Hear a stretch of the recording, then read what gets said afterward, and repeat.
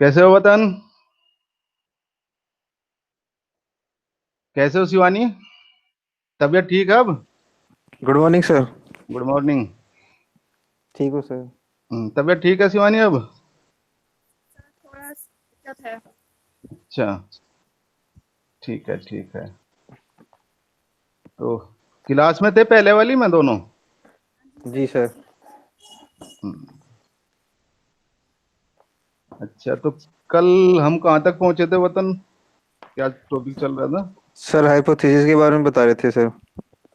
अच्छा अच्छा, हाइपोथेसिस में मेरे हिसाब से उसकी डेफिनेशन और क्या हुआ था, उसके स्रोत यहाँ तक ही पहुंचे थे ना? जी सर, जी सर। सो तो जी सर, हो गए थे। हाँ, तो शिवानी, कल मैंने हाइपोथेसिस के बारे में बात की थी। तो उसमें जो आवाज आ रही मेरी क्लियर दोनों को? यस। आ रही है सर। ठीक है। तो उसमें जो था कि मैंने बताया था कि परिकल्पना या हाइपोथेसिस एक ऐसी चीज है जो हम पहले ही किसी समस्या का उत्तर सोच लेते हैं। ठीक है। और उसी के आधार पर हमारा पूरा शोध चलता है। ठीक। तो ये मेन चीज इसमें यही थी, और इसके स्रोत बताए थे भाई, ये कहाँ से आ सकती है भाई, जो पहले शोध हो लिए उनसे निकाल सकते हैं, या फिर जो हमारी संस्कृति है, जिस रहन सहन में हम है, जैसे परंपराएं हमारी है, उसके अनुसार ही हम अपनी परिकल्पना बनाएंगे। ठीक है। और बहुत से अगर किसी से जो विषय विशेषज्ञ होंगे उनसे सलाह ले सकते हैं, उनसे पूछ सकते हैं कि अब हम मैं ये मेरा समस्या कथन है, तो इसके अनुसार क्या परिकल्पना बनेगी, क्या हाइपोथेसिस बनेगी। ठीक। और कुछ चीजें ऐसी भी होती है कि जो हम स्वयं सोच लेते हैं कि हाँ, हमें ये समस्या कथन है या ये टॉपिक है हमारी रिसर्च का, तो इसके अनुसार हम ये परिकल्पना अपने आप बना लेते हैं कि हाँ, इसका जो निष्कर्ष निकल के आएगा वो ये निकल के आएगा। ठीक है। अब किसी भी कार्य को करेंगे हम किसी आशा से तो करेंगे कि हम कहीं जाएंगे तो इसी आशा से जाएंगे कि हमें हमारे अनुरूप चीजें प्राप्त हो जाए, जो यस सर। हमें पहले ही ये पता चल जाए कि वहाँ जो हम सोच रहे हैं वहाँ वो है ही नहीं, तो फिर हम जाएंगे क्यों? ठीक। हम ऐसी चीजों को ही तो खोजेंगे जो हमें ऐसा लगे कि हाँ, वहां जाने के बाद में हमें मिल जाएगी या नहीं मिलेगी, वो तो बाद की बात है। नहीं तो नहीं मिलना तो एक अलग चीज है कि उसके बाद में हम जो हमारी धारणा थी वह गलत साबित हो जाएगी। ठीक है। तो जी आज इसकी जो विशेषताएं हैं उन पे बात करते हैं, हाइपोथेसिस की जो जी विशेषता है उस पे बात करते हैं। तो इसमें सबसे पहले ये है कि यह ज्ञात तत्वों पर आधारित होनी चाहिए, तथा इसकी जड़ें ज्ञान से वर्तमान के सिद्धांत से जुड़ी होनी चाहिए। ज्ञान के वर्तमान सिद्धांत से भी जुड़ी होनी चाहिए। इसका मतलब यह है कि जो तत्व ज्ञात है हमारे, ठीक है, जी सर। उन्हीं के अनुसार हाइपोथेसिस तैयार करनी चाहिए। अन्यथा, क्योंकि भाई जिसके बारे में हमें पता ही नहीं या कुछ वो चीजें है ही नहीं, और फिर भी हम अपनी बातें करने लगे, और उस ज्ञान का संबंध वर्तमान समय से भी होना चाहिए। ऐसा ना हो कि एक बार उसका जो हम काम कर रहे हैं उसका संबंध अब से हो ही ना, उससे उसका क्या लाभ होगा? उसका संबंध होगा कि 1500 के शताब्दी से उसका संबंध है, तो उस शोध का अब क्या? क्योंकि जो भी हम कार्य करेंगे वर्तमान के लिए ही करेंगे ना, या यस भविष्य के सर। लिए करेंगे? जो चला गया उसके लिए तो हम कार्य कर नहीं सकते। तो इसलिए कि जो चाहे ज्ञान पुराना हो, तत्व पुराने हो, वह मतलब फैक्ट पुराने हो, उससे कोई फर्क नहीं पड़ना। पर जो हम कर रहे हैं उसका संबंध आने वाले समय से या वर्तमान समय से जरूर होना चाहिए। ठीक। जी सर। दूसरी विशेषता इसकी है कि ये परिकल्पना या हाइपोथेसिस जांच के योग्य होनी चाहिए, कि उसको जांचा जा सके। जो हमने अपना कल्पना तैयार की है, जो हमारे मन में विचार आया है अपनी समझ से संबंधित, उसको हम जांच सके। ऐसा ना हो कि अब बिन बिन जांचे या बिन बातें जांचने की हम उसमें वही नहीं मिली, सीधा सीधा हमने ये कह दिया कि इस कमरे में तो एक एसी लगा हुआ है। ये तो लगा हुआ है, इसमें जांचने की क्या बात हो गई? ये तो सर सामने है। आवाज हेलो। हेलो। आवाज कट गई थी सर। कट अच्छा रही है। अच्छा। नहीं तुम्हारे जी सर। वतन तुम्हारे नेटवर्क में कोई प्रॉब्लम है शिवानी, तुम्हें क्लियर आ रही है आवाज? चेक कर लेता हूँ। ठीक है। तो जी सर। जो हमारी हाइपोथेसिस है उसको जी हम सर। जांच सके, हमारी हाइपोथेसिस ऐसी होनी चाहिए। जी सर। ठीक। जी अब सर। आता है कि परिकल्पना तार्किक रूप से पुष्ट तथा शोध समस्या से घनिष्ठ रूप से संबंधित होनी चाहिए। क्योंकि जो हमारी शोध समस्या है उस टॉपिक से अगर वो रिलेटिव नहीं होगी, उस संबंध उससे संबंध नहीं होगा, तो हमारा शोध सही दिशा में जाएगा नहीं। क्योंकि जो हमने शोध कथन बनाया या जो हमने रिसर्च ऑफ प्रॉब्लम बनाई उसके, मुझे ऐसा लगता है आवाज में गड़बड़ है क्या वतन अब भी? सर एक बार ये वाला सर रिपीट कर दीजिए, आवाज दोबारा कट गई थी एक बार सर। मैं ये कह रहा कि जी परिकल्पना, सर, कट कट के आ रही थी सर ये वाला पॉइंट। जी सर, हाँ ये हाँ, वाला बोलो पॉइंट बोलो एक बार बोलो रिपीट कर बोलो। दीजिए सर।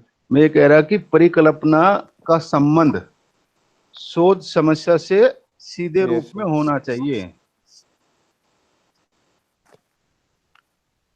ठीक है। Yes sir. क्योंकि यस सर। अगर हम जो हमारी शोध समस्या है उससे संबंधित अपनी परिकल्पना नहीं बनाएंगे तो हमारा शोध उस तरफ नहीं जाएगा जिस तरफ हम ले जाना चाहते हैं। और जो हमारी समस्या कथन है उसके अनुरूप ही हमें अपनी परिकल्पना तैयार करें। क्योंकि अगर हमने और यस सर। विषय पर परिकल्पना तैयार कर ली या कुछ और सोच लिया उस टॉपिक से अलग, तो वो हमारे शोध की रूपरेखा ही बदल देगा और जो हमारी समस्या कथन होगा उसके अनुरूप हम कहीं जा ही नहीं सकते उसमें। ठीक है। यस और सर।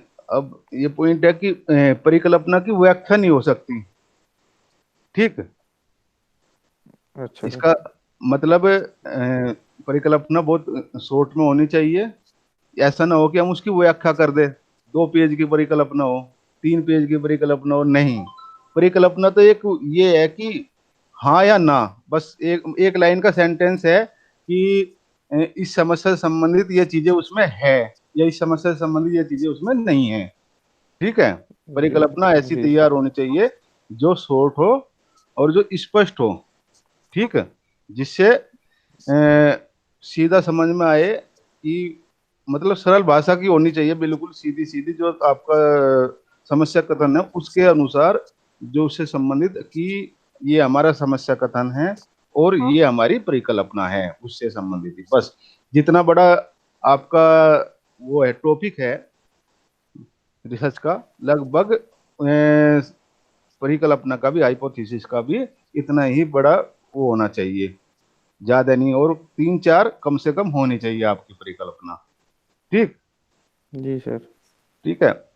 अब अगला पॉइंट इसमें देखे तो परिकल्पना या हाइपोथेसिस ऐसी होनी चाहिए जिसके आंकड़े प्राप्त हो सके, जिसका डाटा प्राप्त हो सके। जी यस सर। ठीक है। क्योंकि जब हम कोई शोध करने जाएंगे और जो हमारी हाइपोथेसिस है उसे तो सिद्ध करना है हमें कि या सही है या गलत है। तो इसलिए हम अपना ये ध्यान रखें जब हम उसमें चलेंगे समस्या कथन में, या फिर अपने मतलब शुरुआत से ऐसी चीजें लेकर चलनी चाहिए कि हमें, कि हम वहां भी जब आंकड़ों अपनी परिकल्पना तैयार करें तो उसके अनुरूप हमें आंकड़े भी प्राप्त हो सके, जिससे हम कुछ निष्कर्ष निकाल सके। ठीक है। Yes sir.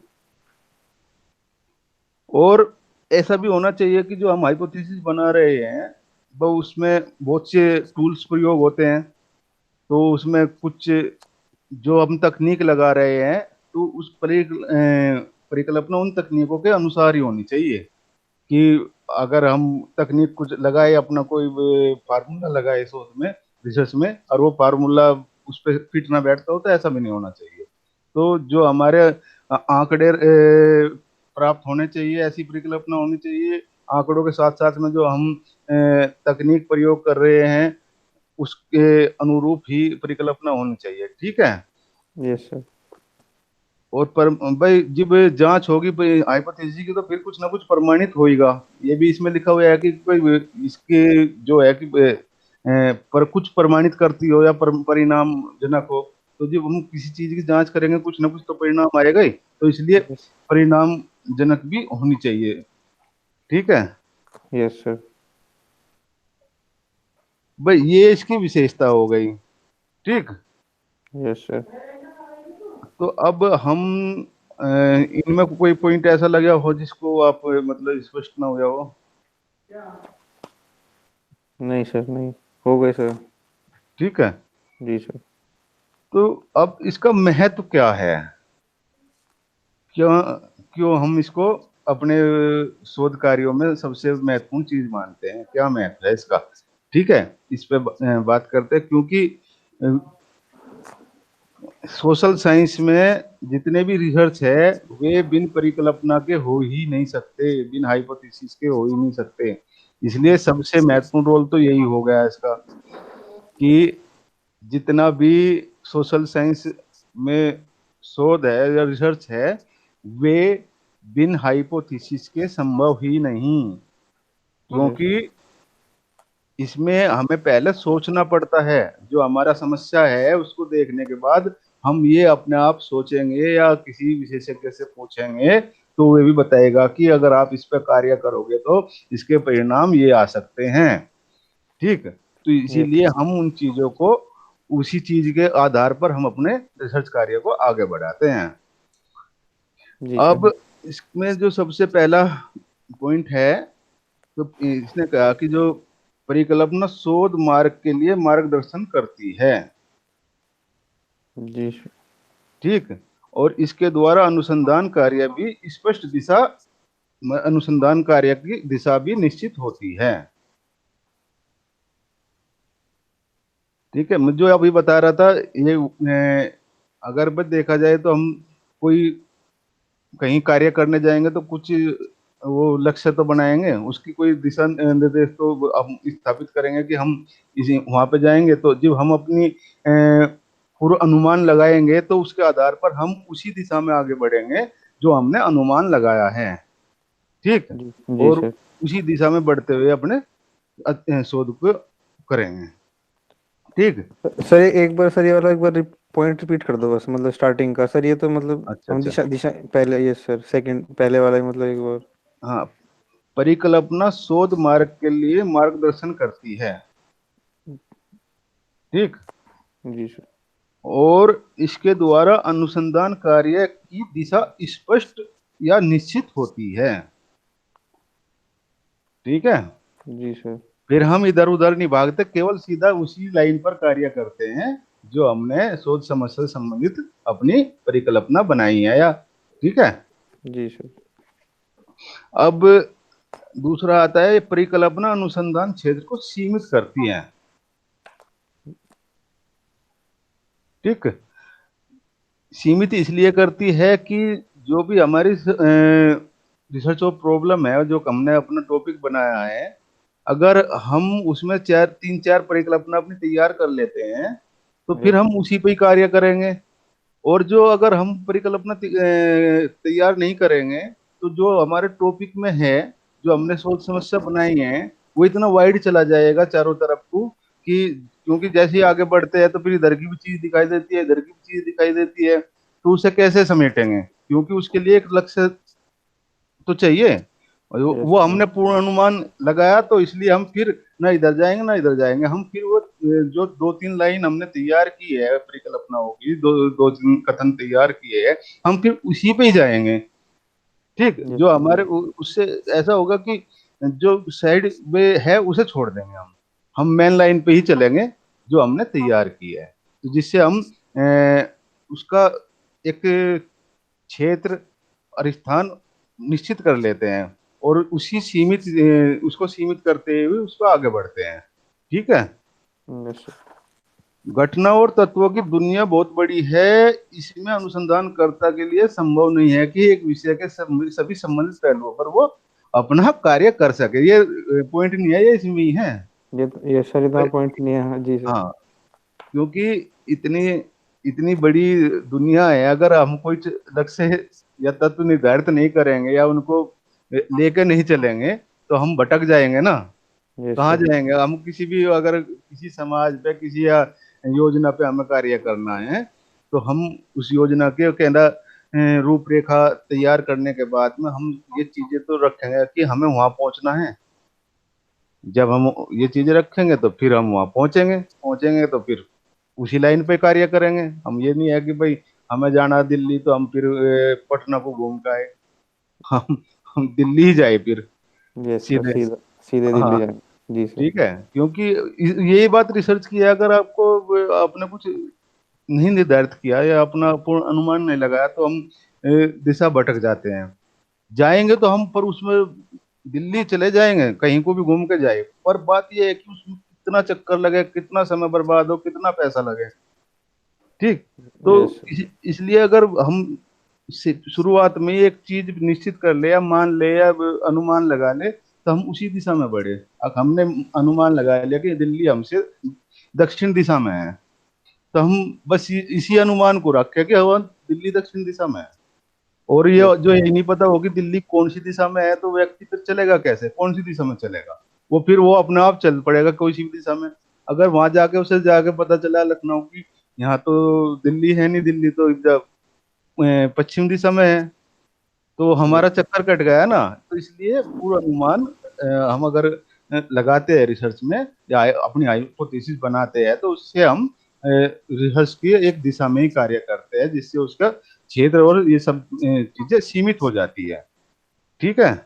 यस परिकल्पना अनुसंधान को एक निश्चित निष्कर्ष पर पहुंचाने में सहायता करती है।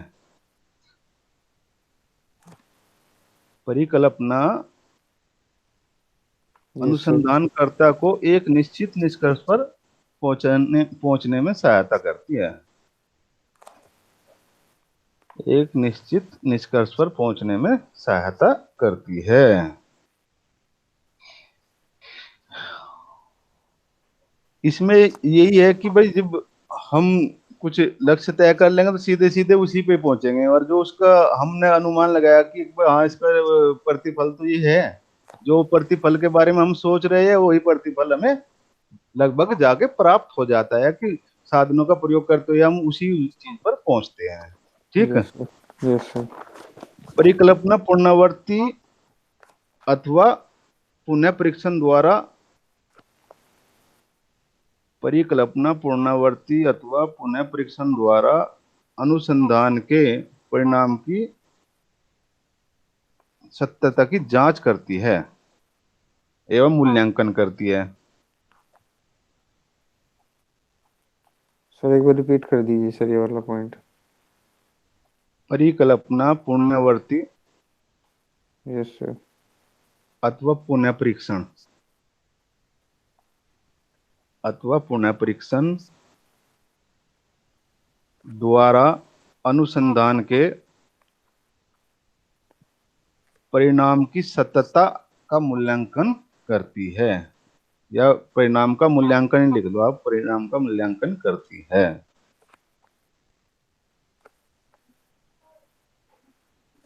परिणाम का मूल्यांकन करती है। इसमें यही है कि जो परिकल्पना है, जो पहले शोध हो चुके हैं, ठीक है, किसी समस्या पर जो पहले शोध हो चुके हैं, जिनके यस सर। अनुसार हम ये रिसर्च गैप निकालते हैं कि उस शोध में इस शोध में क्या अंतर रहा। ठीक। उनका जो अनुसंधान करता है उसका कार्य क्या होता है कि कोई नई समस्या तो खैर आती रहती है, उनको देते हैं, पर नई समस्या का भी तो संबंध पुरानी समस्या से कहीं ना कहीं होता है। यस और जब सर। उसे नई समस्या और पुरानी समस्या का आपस में हम रिलेट करते हैं और उसको फिर हम देखते हैं, जो उसमें हमने निष्कर्ष पढ़े या फिर उसके आधार पे हमने अपना काम ये देखा कि नहीं इसमें फिर भी कुछ कमी रह गई। ठीक। और जो हम वर्तमान में अपनी नई समस्या पे काम कर रहे हैं, उन दोनों को मिला के हम उससे अपनी परिकल्पनाएं तैयार करते हैं, क्योंकि जो पहला कार्य हो चुके हैं उसको भी देखना जरूरी इसलिए हो जाता है। और उसका परीक्षण करने के बाद में हम जो अच्छी नई तरीके से हमारी एक हाइपोथेसिस अच्छे तरीके से तैयार हो सकती है। ठीक है। और उनके आपसी संबंध भी ये आपस में बता सकती है कि इनके आपसी संबंध ये है कि जो निरंतर शोध हो रहा है किसी समस्या पे, कुछ ना कुछ अपना नया निकल के आता ही है हर बार।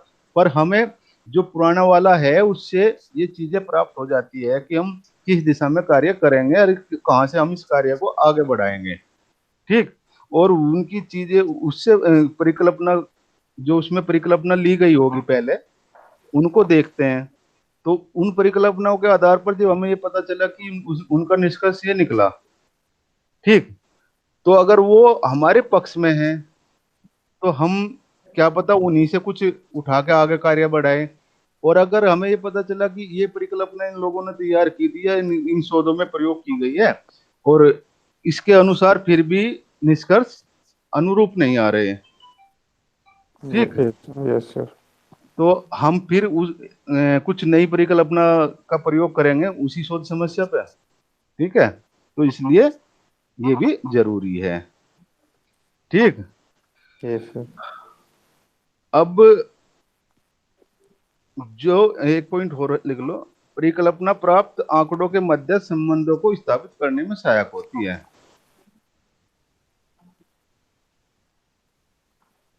सर परिकल्पना यस सर। प्राप्त आंकड़ों के मध्य संबंधों को स्थापित करने में सहायक होती है।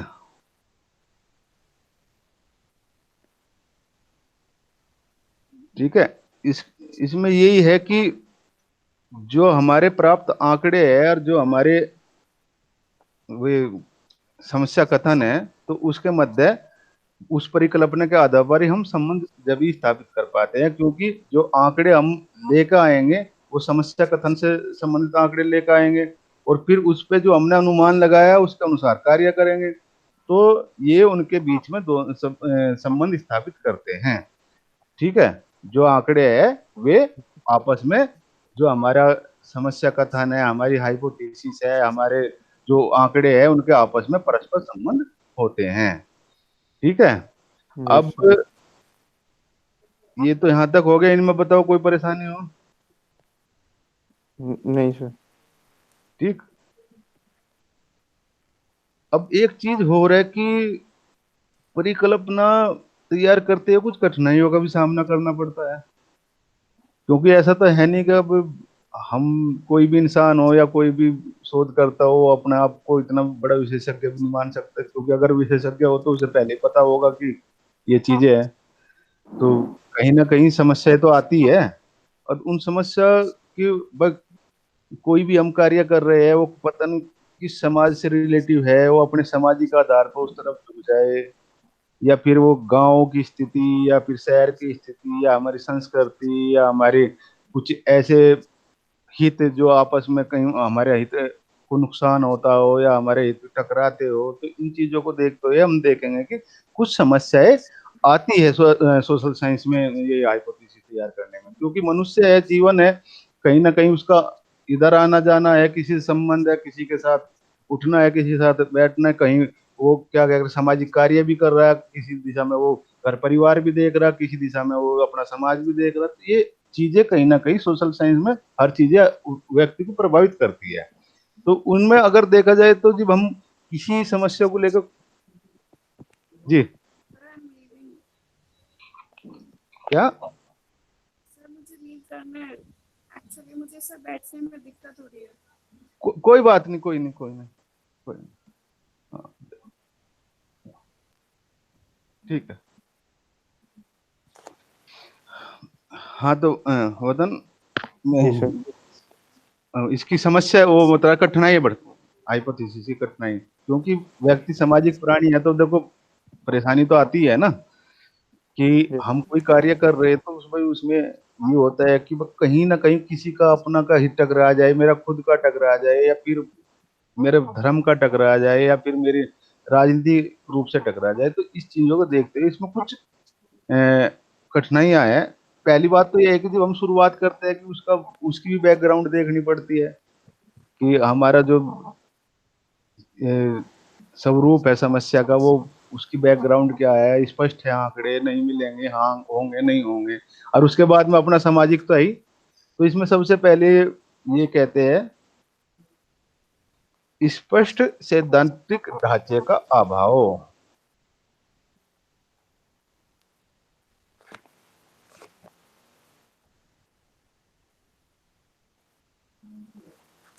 ठीक है। तो इसमें यही है कि जब हम किसी कार्य को करने चलेंगे, कोई समस्या कथन हम बनाएंगे, तो हम पहले ही ये देख ले कि उस पे भाई जो उसका सैद्धांतिक स्वरूप है उसमें पूर्णता है या नहीं है। अगर उसमें पूर्णता नहीं है तो हम परिकल्पना तैयार नहीं कर सकते अच्छी। ठीक, क्योंकि जी सर। हम तो टॉपिक के अनुसार ही तो अपनी परिकल्पना बनाएंगे, जो हमारा टॉपिक है। और टॉपिक कब बनेगा, जब टॉपिक तो किसी समस्या को लेकर बनेगा, और उसका अगर आधार ही नहीं हुआ, वो सैद्धांतिक कोई आधार ही नहीं हुआ, तो फिर उसका लाभ क्या है। ठीक है, तो हमें इस चीजों का शुरुआत से ध्यान रखना पड़ेगा। जो हम अपना समस्या कथन लेकर आएंगे, समस्या को फाइंड आउट करेंगे कि अ, उसका कुछ सैद्धांतिक आधार है, उस पर उसकी कुछ थ्योरी है काम करने की या नहीं है। अगर थ्योरी है तो हम जो परिकल्पना बनाएंगे वो ऑब्जेक्ट से अच्छी बनेगी। और थ्योरी नहीं है, अगर हमने परिकल्पना भी अच्छी बना ली तो उसके परिणाम नहीं आने के, क्योंकि उसका आधार नहीं मिलना फिर। ठीक है। Number 2, yes sir. सैद्धांतिक ढांचे के ज्ञान की कमी। ये तो दोनों एक से ही है यार। Yes sir. तो इसमें भी यही है कि भाई जो हमने ये भी टॉपिक से ही रिलेटिव है कि जब हम शुरुआत में तैयार करेंगे चीजें, तो ये कम से कम उसके बारे में हम जानते हो, कि हमें उसे उसका ज्ञान प्राप्त हो कि हाँ ये कार्य हम कर सकते हैं, या हम इस चीज को कर सकते हैं, या हम यह योग्यता रखते हैं, हमारे में इतना ज्ञान है कि हम इन तत्वों का आकलन कर सकते हैं, या हम अ, इतने व्यवहारिक है कि हम समाज में जाके हम सर्वे कर सकते हैं, लोगों से बातचीत कर सकते हैं। ठीक है। तो कम से कम इतना तो जरूर होना चाहिए कि जो भी हमारा समस्या कथन है उससे संबंधित हमें ज्ञान पूर्ण रूप से हो।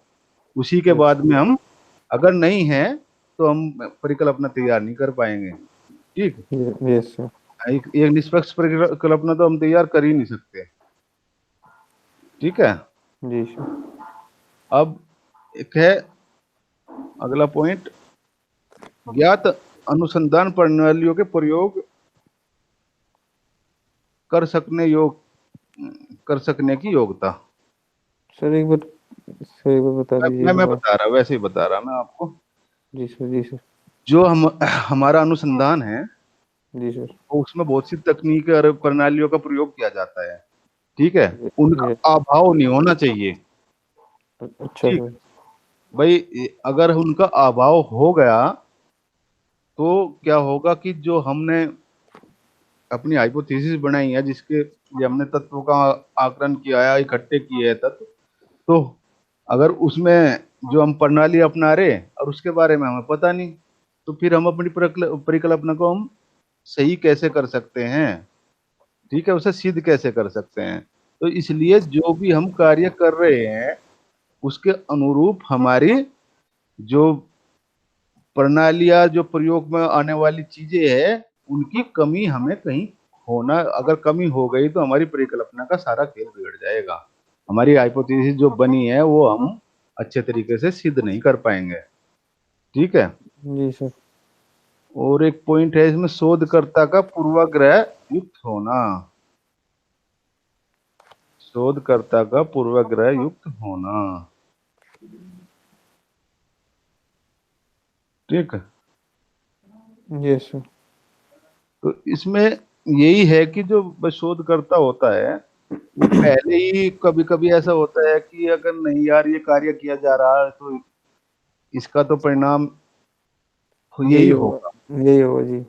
और वो इतना पक्का मान लेता है अब उसको अपने आप को कि एक नहीं, आप छोड़ो सब कुछ, जो कह दिया भाई यही है, आप परेशान ना हो। ठीक है। पर हम किसी निष्कर्ष पे पहुंचेंगे तो किसी तत्व का आधार पर या फैक्ट, या जो हम अपना प्रयोग कर रहे हैं, अनुसंधान की जो प्रणाली अपना रहे हैं, जो हमने क्योंकि केवल ये जो हाइपोथेसिस होती है ये तो बस अनुमान है हमारा, वो पक्का नहीं होता। और कुछ जो भ्रम पैदा कर ले अपने आप में, या कि नहीं यार ये तो यही है पक्का, तो ये भ्रम की स्थिति नहीं होनी चाहिए। उसको वाकई में जो हमने अपनी तैयार किया हाइपोथेसिस, उसकी जांच होनी चाहिए, उसका परीक्षण होना चाहिए, उसका निरीक्षण होना चाहिए, उसका मूल्यांकन होना चाहिए, तब जाकर हम किसी एक बिंदु पर पहुंचे, और उसके बाद में हम ये कहे कि ये जो हमने अनुमान लगाया था ये सत्य है यस सर। और ऐसा ही होगा। ठीक। जी और जो हम शुरुआत में ये कह दे कि नहीं ये तो ऐसा ही होगा, तो ये नहीं होता। हम केवल अनुमान लगाते हैं, और अनुमान लगाने के बाद में अगर हमारा अनुमान सही पाता है, हम वैज्ञानिक विधि से जिस प्रकार से शोध में जितने भी स्टेप होते हैं उसको करते बार एक एक करते जाते हैं, उसके बाद में जब हम अंतिम निर्णय पर पहुंचते हैं उसके बाद तो हम कह सकते हैं कि जो हमारा निष्कर्ष आ जाता है, हमारा प्रतिफल आ जाता है कि अब ये है। उसको फिर कोई अगर पूछने लगे आपसे, भाई तुमने ऐसे कैसे कह दिया कि इसमें तो यही है, होगा शुरुआत में, तो आप कुछ तो तर्क दोगे अपना। जी हर सर। जी तरफ है सर, नहीं आपके पास। कुछ वो आधार नहीं है। जी सर। हाँ, तो फिर कैसे आप उसे ऐसे कह दोगे। जी ठीक सर। है। जी सर। एक पॉइंट और है इसका, वो और लिख लो। शोधकर्ता का मूल्य रहित होना।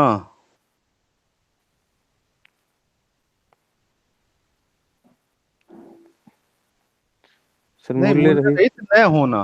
मूल्य मूल्य रहित। रहित न होना। सर मूल्य रहित का मतलब क्या कह सकते हैं, हाँ, मैं मतलब? अभी अभी बता रहा। जी सर। जी सर। मूल्य का मतलब वैल्यू तो समझते हो। जी सर। जी सर। ठीक है। मूल्य का मतलब यहाँ सीधा सीधा ये है कि अगर मेरे समाज पे ही कोई शोध हो रहा है, जी सर। जी सर। ठीक, तो अगर मैं उस शोध में अगर गलत काम में या कहीं भी कोई ऐसी चीज में गलत काम में भी मैं अपने समाज का ही साथ दूंगा, तो मैं कहीं ना कहीं उससे अपने जो मेरे मूल्य है, मेरी वैल्यू है, मैं उससे प्रभावित हूँ। ठीक। जी सर। जी। तो ऐसी स्थिति में ये देखना चाहिए कि वो जो काम है ओरिजिनल, ठीक है, वो उसी काम पे ध्यान दे। वो अगर कहीं किसी कार्य में तुम्हारे भाई, तुम्हारे पापा, या तुम्हारा परिवार, या तुम्हारा समाज, या तुम्हारे राजनीतिक वैल्यू, या तुम्हारे हित या हित कहीं अगर आने लगेंगे, तो हम वहां पे जो ये सीधे कहते हैं कि जो मूल्य है हमारे वे टकरा रहे हैं। ठीक है। वे हम अपने समाज से निकल नहीं पा रहे हैं, अपनी मतलब जो हमारी वैल्यू है हम उसको छोड़ नहीं पा रहे हैं वहां पे। ठीक। जी क्योंकि सर। हम फिर उसके प्रति झुक जाते हैं और शोध की रूपरेखा प्रभावित कर देते हैं। ठीक। बस किसी हमने धार्मिक उस पर हमने कोई शोध करने की ठानी। ठीक। एक सेकंड में एक फोन सुनो। कोई। हेलो। हाँ भाई, क्या गड़बड़ है इसमें?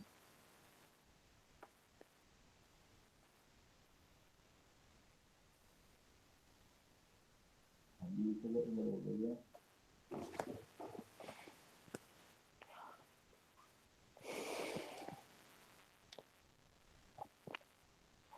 कंपनी से कितने की लगेगी?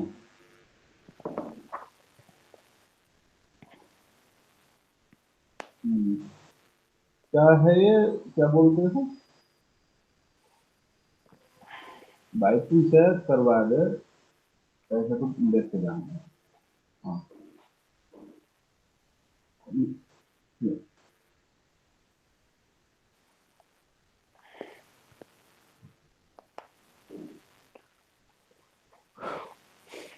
बस पर ये ना हो कि अकबर चल तू कल को लेकर आएगा और सर फिर भी ऐसी बात रह जाए कल। हाँ। हाँ।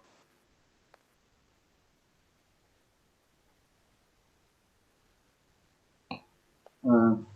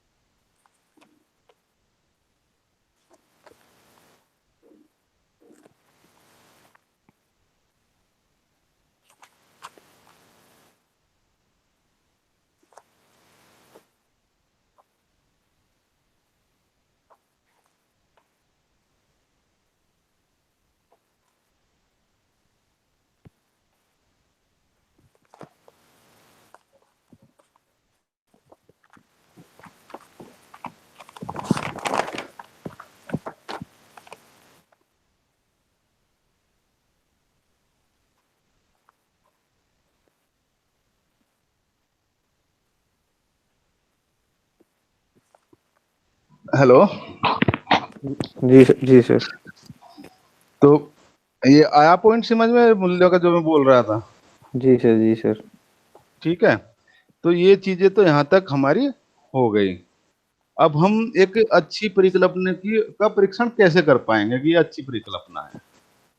अच्छा ठीक है। सर। तो सबसे पहले यही है कि जो हमारी परिकल्पना है, पहले हेडिंग लिख लो आप, परिकल्पना की उपयोगिता का मूल्यांकन।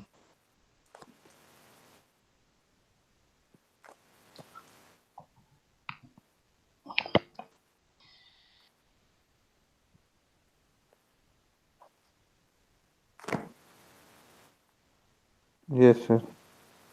तो जो हमारी परिकल्पना है, हमें ऐसी परिकल्पना तैयार करनी चाहिए जिसकी कुछ उपयोगिता हो। ठीक है। और उसका इस तरीके से लेनी चाहिए कि कहीं समाज को हम उससे लाभान्वित कर सकें, और उसका जो मूल्यांकन किया जाए वो सत्य शुद्ध हो कि हाँ बिल्कुल ये सही है, फैक्ट है। तो इसलिए हमें जो उसका जो हम अपनी मतलब हाइपोथेसिस बना रहे हैं, उसको हमको इस प्रकार की ही लेनी चाहिए जो समाज को और कहीं ना कहीं उसको उपयोगी सिद्ध कर सके। ठीक है। और मूल्यांकन में वो फेल ना हो। जी सर। ठीक। दूसरा इसका जो परीक्षण है, इसकी जो निश्चितता है या जो इसका सत्यता है, जो मतलब ये कह सकते हैं कि हम जो हम परिकल्पना है हमारी, वो सत्य है तो किस किस आधार आधार। पर है? जी ठीक। सर। तो ऐसी परिकल्पना होनी चाहिए जो जिसकी सत्यता का हम मूल्यांकन कर सके, हर पहलू को उसकी हम बता सके। जी ठीक है। सर।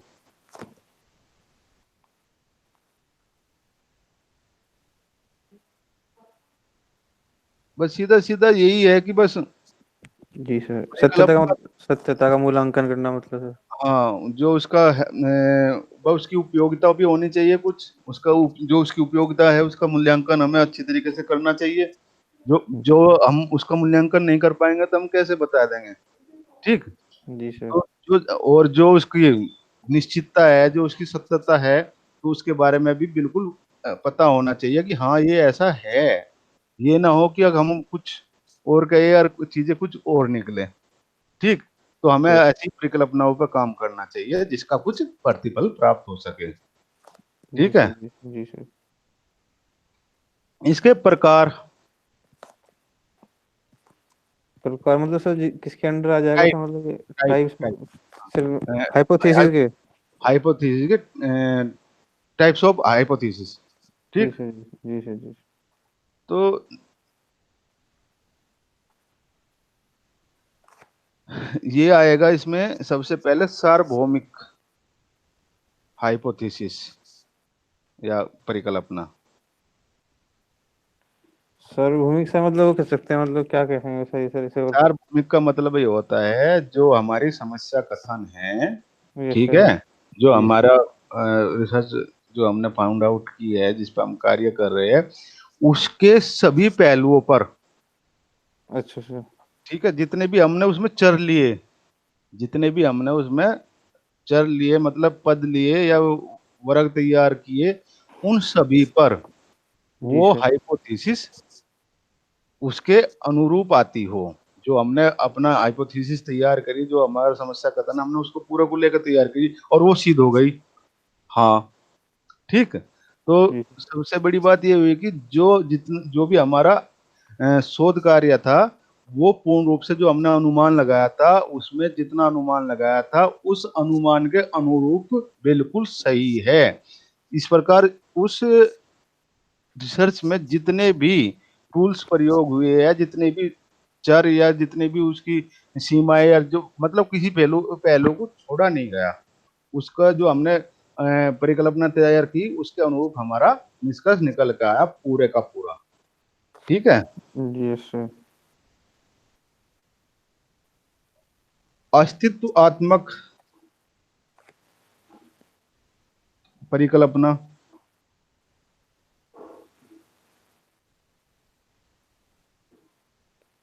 अस्तित्वात्मक परिकल्पना। परिकल्पना इसमें आएगा आपका जो हम कार्य कर रहे हैं, ठीक है, जो हमें हमारे समस्या कथन है उसके अनुरूप कम से कम एक रूप को तो सिद्ध करती हो, जो हमने अपना अनुमान लगाया।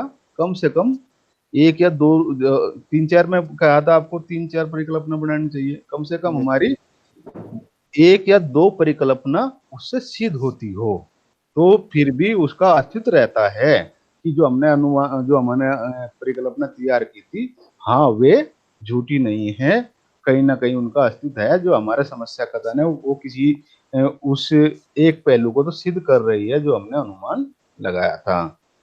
ठीक। यस। अब कथन के, जो हमारा कथन है उसके अनुरूप की चीजें होती है, उसमें हम दो चीजें कहेंगे कथन के अनुसार परिकल्पना। ठीक है, तो इसमें नंबर एक आएगा सकारात्मक और दूसरा नकारात्मक, पॉजिटिव और नेगेटिव। Yes yes. ठीक। पॉजिटिव ये आएगी जो हमारे, हमने जो हाइपोथेसिस तैयार की है, अगर हमारे शोध का प्रतिफल उसी के अनुसार आए तो हम उसको सकारात्मक बोल देते हैं, पॉजिटिव। ठीक है। ठीक है। और अगर हमारा शोध के अनुसार निष्कर्ष नहीं आ रहा, मतलब परिकल्पना जो हमने बनाई थी उनके अनुसार हम उनको सिद्ध नहीं कर पा रहे, तो वे हमारी नेगेटिव हाइपोथेसिस होगी। ठीक है, तो इसमें सीधे सीधे यही होगा कि या तो वे सकारात्मक होगी या फिर नकारात्मक होगी। ठीक। जी सर। एक पॉइंट और इसमें आएगा कि शून्य परिकल्पना, निल हाइपोथेसिस। ठीक। जी सर। इसमें क्या आएगा कि जो भी हमने कार्य किया, ठीक, यस सर। उसको करते हुए जब हम पहुंचे, तो जो हमारी समस्या थी और जो हमने हाइपोथेसिस तैयार करी और जो हमारा रिजल्ट आया, तो यस। जो हम समस्या मान रहे थे वहां कोई समस्या उस प्रकार की मिली ही नहीं। ठीक है। अच्छा सर। और या फिर जो हमने माना और जिसमें हम गए वो बिल्कुल बराबर पाया। ठीक। जो हमने अनुमान लगाया बिल्कुल बराबर पाया, हम न इधर निकल सकते ना इधर निकल सकते, तो उसको हम कहेंगे शून्य परिकल्पना। उसमें हम कुछ सिद्ध नहीं कर पा रहे, या हम हमारा कुछ सिद्ध हुआ ही नहीं। अच्छा ठीक। सर। ठीक है, ये आपकी पर इसके हाइपोथेसिस के टाइप्स हो गए। ठीक है, जी अब ये बताओ मुझे, कोई इसमें कहीं समस्या हो जितनी आज बातें हुई उससे संबंधित? सर नहीं, जैसे ये वाला लास्ट पॉइंट है, जैसे मतलब नील हाइपोथेसिस में मतलब ना ना पॉजिटिव रहा ना नेगेटिव रिजल्ट रहा, हाँ। इसमें आ ठीक जाएगा है, वो इस, भी। हाँ भाई, इसमें यही है कि जो हमने कार्य किया भाई, कुछ तो निकल कर आता। जी सर। या तो भाई हम कहीं आगे बढ़ने के लिए उस पर कार्य करते, या फिर वो हमारे जो सोचा था उसके अनुरूप ना आता। पर ना हमारा वो ऐसा आ रहा कि वो पॉजिटिव है, ना हमारा वो ऐसा आ रहा कि निगेटिव है। हम तो वहां जाके जाके शून्य पर आके खत्म हो गया कि जहाँ से शुरू हुए थे, एक तरीके से जहाँ से हमने अपना शोध शुरू किया था, जी सर। हम रिसर्च पर वहीं वापस आ गए लौट कर। ये हमें जो ये हमारा टॉपिक या समस्या कथन या हमारे जो भी है, उससे हम वहीं पहुंचे और वहीं आ गए, हमें उस पूरे शोध में या उस पूरी रिसर्च में कुछ प्राप्त नहीं हुआ। जी सर। ठीक ठीक है, ठीक ठीक है सर, ठीक है। और बताओ। बस सर यही सर। चलो तो, और अब तेरी तबीयत ठीक है? जी सर, आराम है सर अब। चलो, आराम रहना चाहिए, और अपना आराम से ध्यान से अपना काम करो। उसकी शिवानी की आज भी तबीयत खराब हो गई। हाँ सर, पता नहीं, शायद उसकी दिक्कत है, शायद गर्दन की है, शायद सर्वाइकल लग रहा है सर मुझे, मतलब हाँ, सर्वाइकल में बैठा नहीं जाता ना। ऐसा गर्दन में मेरी भी कई बार हो जाती है ज्यादा देर गर्दन झुकाने से। हाँ, एक्सरसाइज ही ये कर क्लास लेता हूँ चल रही सर। तेरी आजकल? यस सर, चल रही, से सही चल रही, सारी चल रही है। सारी चल रही है जी सर। फिर? चलो चलो, चलो तो ठीक है। जी ठीक है तो सर। ठीक है, कोई बात हो तो बताओ। नहीं सर, नहीं सर, कोई दिक्कत नहीं। ठीक है, चलो तो ठीक है। ठीक है भैया। ठीक, ओके। ओके। ओके।